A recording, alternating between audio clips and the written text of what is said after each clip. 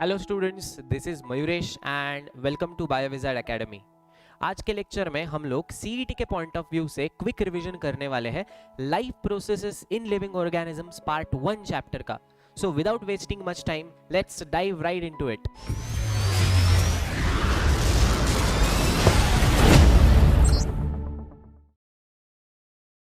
As you can see here, life processes अलग अलग तरह से यहाँ पे मैंने लिखे हुए हैं।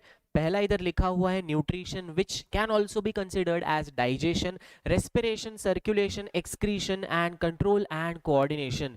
The very important point that you need to remember here is all of these processes are called as life processes because they are necessary to maintain proper function of organisms body. किसी भी organism का functioning चलने के लिए जो processes चाहिए उन्हें हम लोग बोलते हैं लाइफ प्रोसेसेस। ये चैप्टर में तुम लोग को बाकी किसी भी लाइफ प्रोसेस के बारे में नहीं बताया गया है, थोड़ा सा न्यूट्रिशन का पार्ट है एंड सेल्यूलर रेस्पिरेशन के डिटेल्स इसमें हम लोग देखने वाले हैं। So starting with the nutrition का पार्ट गाइज, जो मेजर न्यूट्रिएंट्स हमारे बॉडी के लिए रिक्वायर्ड होते हैं, you guys already know, carbohydrates, fats, that is lipids and proteins. So carbohydrates का जब डाइजेशन होता है तो they are broken down to simple sugar molecules जिसे हम लोग glucose, and these simple sugar molecules, that is glucose, are main source or you can say they are the direct source of energy. हमारे body में जो भी energy बनता है, ज्यादातर एनर्जी किससे बनता है? ग्लूकोज मॉलिक्यूल के ब्रेकडाउन से। Okay, now 1 gram of carbohydrate will give you 4 kilocalories of energy. This is the important point क्योंकि इसके ऊपर MCQ आने के chances है। Now talking about fats or lipids, they are broken down into two components, fatty acids and glycerol. ये जो fatty acids होते हैं, they are used to make different types of hormones such as testosterone, progesterone, aldosterone, estrogen. ये सारे hormones बनाने के लिए fatty acids use किए जाते हैं and they can also act as a source of energy in case of necessity. So 1 gram of lipid will give you 9 kilocalories of energy. Now talking about proteins, जब उनका breakdown होता है तो they get converted into amino acids. ये amino acids को फिर से जोड़ा जाता है अलग अलग सीक्वेंसेस में और उनसे हमारे सेल्स बनाते हैं अलग अलग टाइप के प्रोटीन, जिसके बारे में हम लोगों ने पहले चैप्टर में देखा है ट्रांसक्रिप्शन एंड ट्रांसलेशन प्रोसेसेस से। ओके, सो amino acids से various type of proteins are produced and 1 gram of protein will give you 4 kilocalories of energy. Okay, तो इसमें सबसे important point वो है जो मैंने यहाँ पे बॉक्स में लिखा हुआ है, 1 gram of carbohydrate, 1 gram of lipid, 1 gram of protein तुम्हें कितना एनर्जी देता है। ओके, सो ग्लूकोज मॉलिक्यूल बन गए। चलो, मैंने बोला कि glucose the major source of energy, तो किस तरह से ग्लूकोज से एनर्जी बनाया जाता है? वेरी सिंपल प्रोसेस गाइज, उसे हम लोग सिंपली बोलते हैं cellular respiration. Why? Because it takes place inside the cell. अब सेल्यूलर रेस्पिरेशन दो टाइप का हो सकता है जिसके बारे में तुम लोगों ने पढ़ा है, एक एरोबिक रेस्पिरेशन, दूसरा anaerobic respiration. Aerobic respiration uses oxygen, anaerobic respiration takes place in absence और in lack of oxygen. Okay, so एक छोटा सा चार्ट मैंने यहाँ पे बनाया है so that it becomes easy for you guys to remember things. क्या क्या होता है देखो, ग्लूकोज मॉलिक्यूल का सबसे पहले ब्रेकडाउन किया जाता है and that breakdown goes on inside the cytoplasm. Cell के साइटोप्लाज्म में ब्रेकडाउन होके it gets converted into another molecule which is called pyruvate और पाइरुविक एसिड। ये प्रोसेस को हम लोग बोलते हैं glycolysis. Glyco refers to glucose and lysis का मतलब होता है breakdown. So glucose which is 6 carbon compound is broken down into 3 carbon compound which is called pyruvate और pyruvic acid. Now this pyruvic acid gets converted into another molecule which is called acetyl coenzyme A, and that acetyl coenzyme A enters in mitochondria.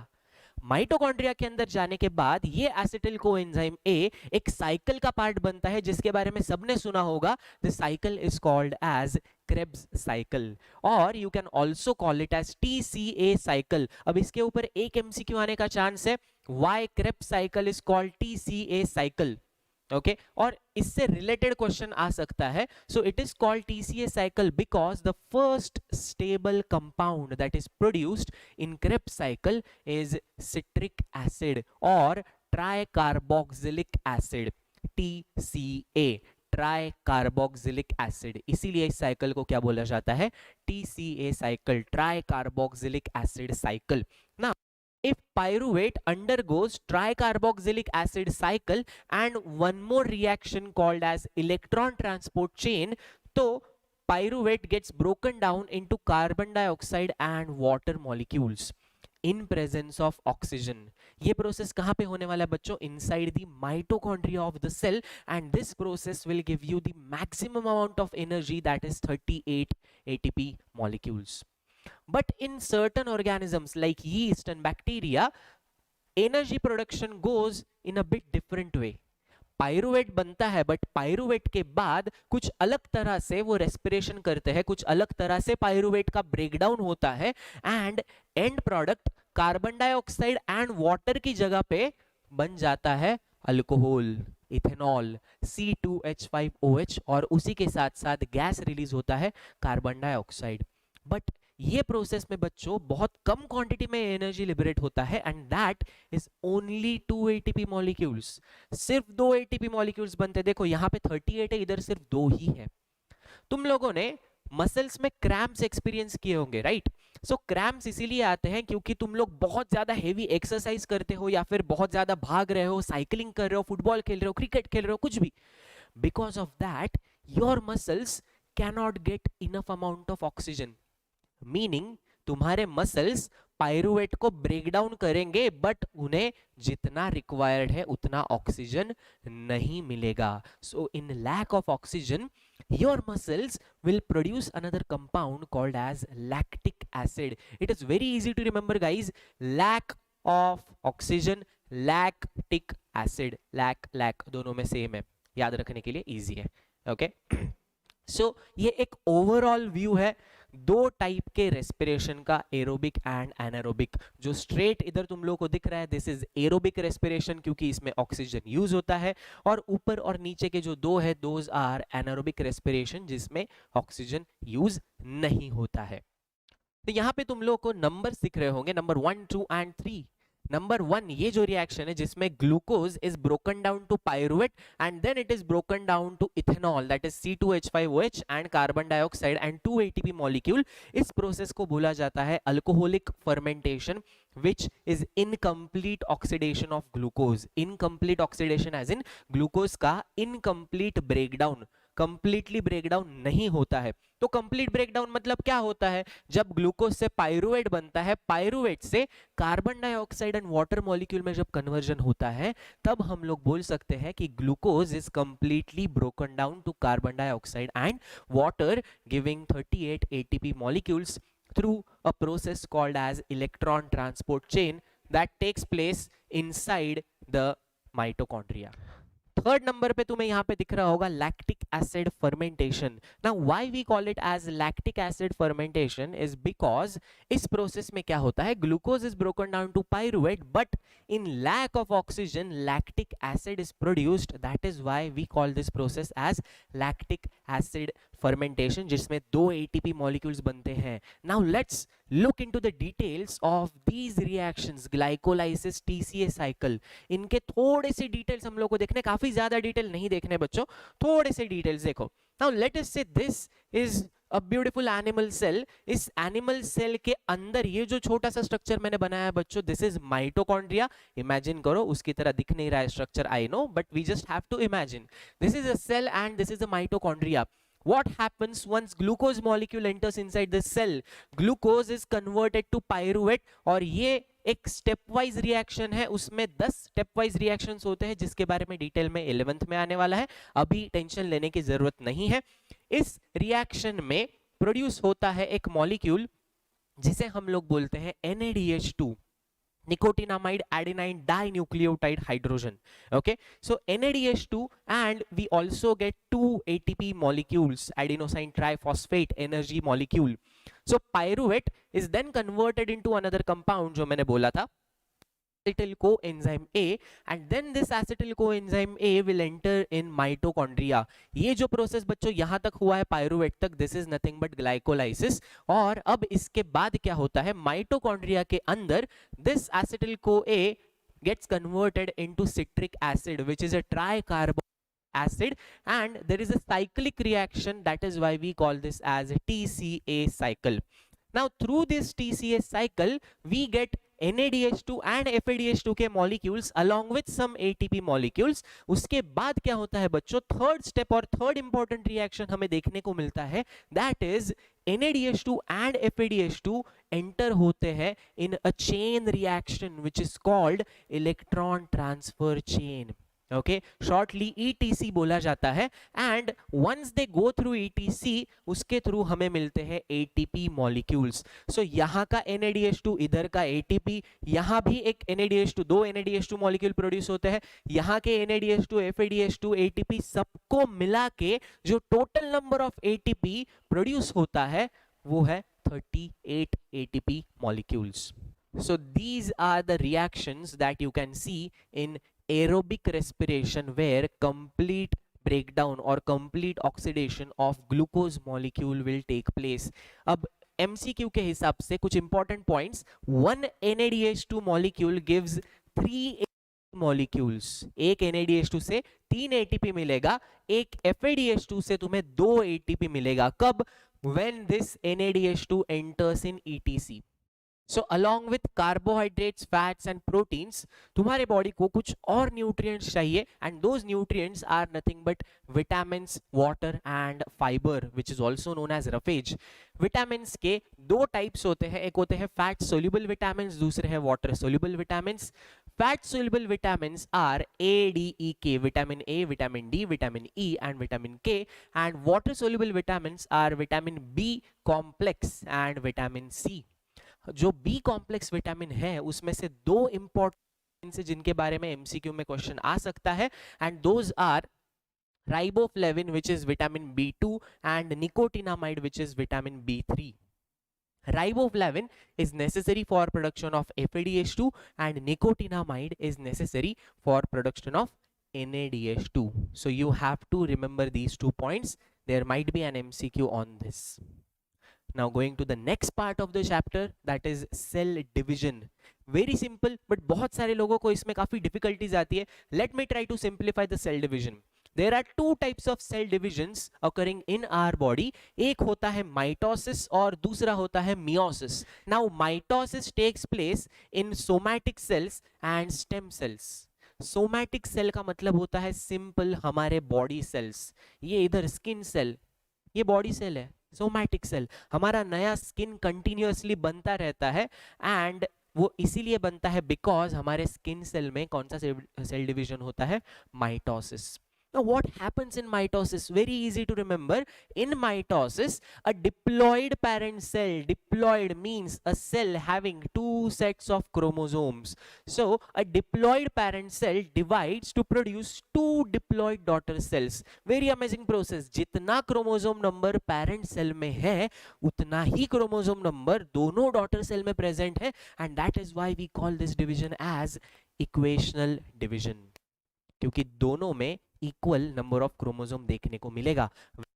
If you look at the meiosis takes place in germ cells जो produce करते हैं gametes, like mail में sperms and female में ovum या फिर egg cell.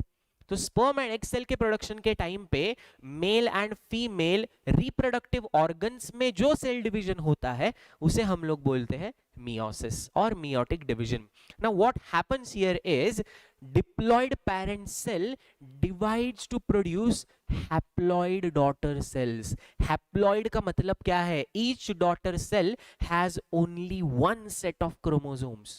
ये दोनों daughter cells फिर एक बार डिवाइड होंगे and they will produce 4 daughter cells. but ये जो second division यहाँ पे हो रहा है इसमें क्रोमोसोम नंबर और रिड्यूस नहीं होता, जितना पेरेंट सेल में है उतना ही डॉटर सेल में रहेगा. सेम जैसा यहाँ पे देखा, जितना पेरेंट सेल में है उतना ही डॉटर सेल में आया, सेम जितना पेरेंट सेल में है उतना ही डॉटर सेल में देखने को मिलेगा. At the end of meiosis you will see 4 daughter cells, 4 haploid daughter cells. तो meiosis दो पार्ट में डिवाइड किया जाता है, meiosis 1 एंड meiosis 2. meiosis 1 में number of chromosome gets reduced by half, that is why we can call this as reductional division, and meiosis 2 is nothing but equational division, just like mitosis. So let us have a quick view about what happens in mitosis. बहुत simple है, याद रखने का एक simple सा technique बताता हूं. Mitosis is divided into 4 sub phases, starting with prophase, second one is metaphase, third one is anaphase and fourth one is telophase. इसमें से metaphase and anaphase याद रखने के लिए बहुत सिंपल है, क्योंकि ज्यादा कुछ होता नहीं है उसमें. You have to remember about only prophase, because whatever happens in the prophase उसका exactly उल्टा होता है telophase में. चलो देखते हैं प्रोफेज में क्या होता है. सबसे पहले न्यूक्लियर मेम्ब्रेन डिसअपियर होता है, क्योंकि न्यूक्लियस का डिवीजन होने वाला है जिसे कैरियोकाइनेसिस बोलते हैं. एंड न्यूक्लियर मेम्ब्रेन डिसअपियर होना स्टार्ट होता है. एट द सेम टाइम इसके अंदर एक और कंपोनेंट होता है nucleolus, that also disappears. Okay, first point that we need to remember. Second point that you need to remember is formation of spindle fibre begins. यहाँ पे स्पिंडल फाइबर्स जनरेट होना, form होना स्टार्ट हो जाते हैं. And DNA जो chromatin के form में प्रेजेंट है, it starts to get condensed more and get converted into chromosome.